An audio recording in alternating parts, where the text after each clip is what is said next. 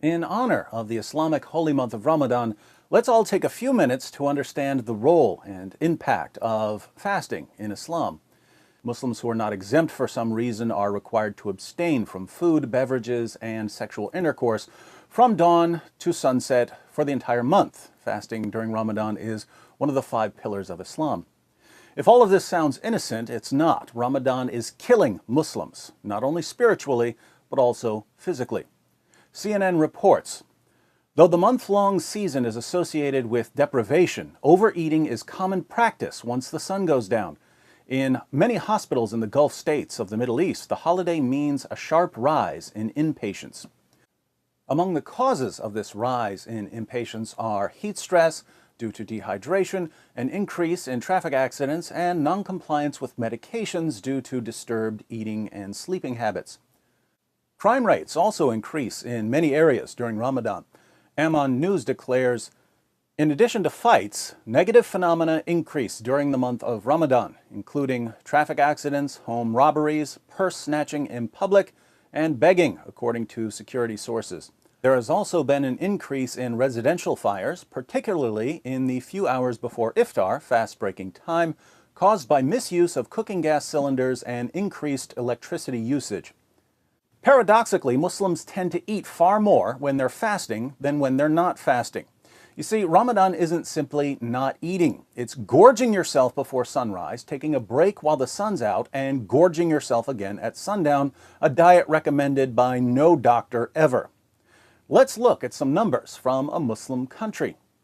According to the National Consumer Institute of Tunisia, Muslim consumption of basic food products doubles during Ramadan.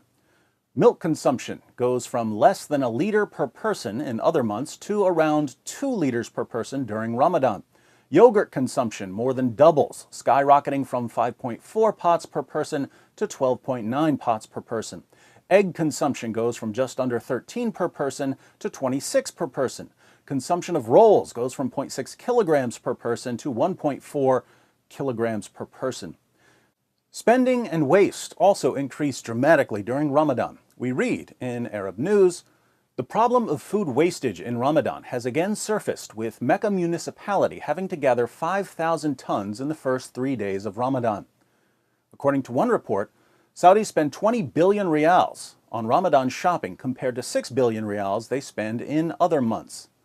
Osama al-Zaytouni of the municipality told Arab News on Thursday that this was in addition to the collection of 28,000 sheep carcasses in 2 days.